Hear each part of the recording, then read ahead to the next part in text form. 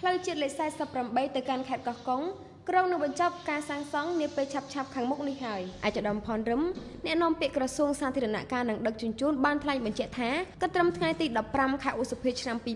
2025គម្រោងស្ដារឡើងវិញនៅផ្លូវជាតិលេខ48ស្រែអំបិលកោះកុងកំពុងដំណើរការសាងសង់យ៉ាងមមាញឹកដោយសម្រេចបានលទ្ធផលជារួម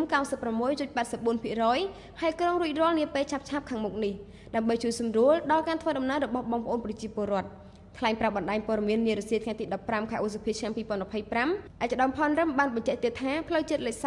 48គឺជាខ្សែផ្លូវដ៏សំខាន់និងយុទ្ធសាស្ត្ររបស់រដ្ឋាភិបាលក្រោមម្លប់នៃសន្តិភាពខ្សែផ្លូវនេះជាបណ្ដាញតភ្ជាប់ប្រកបដោយសក្តានុពលសេដ្ឋកិច្ចពាណិជ្ជកម្មដឹកជញ្ជូនភស្តុភារកម្មទេសចរខ្សែផ្លូវនេះដើរតួនាទីជាសរសៃឈាមសេដ្ឋកិច្ចដ៏មានសក្តានុពលរបស់កម្ពុជាក៏ដូចជាខេត្តកោះកុងក្នុងការជួយសម្រួលដល់ការតភ្ជាប់បណ្ដាញទំនាក់ទំនងគមនាគមន៍និងការធ្វើសមាហរណកម្មតភ្ជាប់ផ្ទៃក្នុងប្រទេសជាពិសេសកំពង់ផែទឹកជ្រៅនៅក្នុងក្រុងព្រះសីហនុសម្ដៅរួមចំណែកក្នុងការជំរុញការដោះដូរពាណិជ្ជកម្មវិនិយោគនិងការដឹកជញ្ជូនដំណាំកសិផលនិងកសិឧស្សាហកម្មឲ្យកាន់តែមានប្រសិទ្ធភាពខ្ពស់ឆាប់រហ័សនិងចំណាយតិច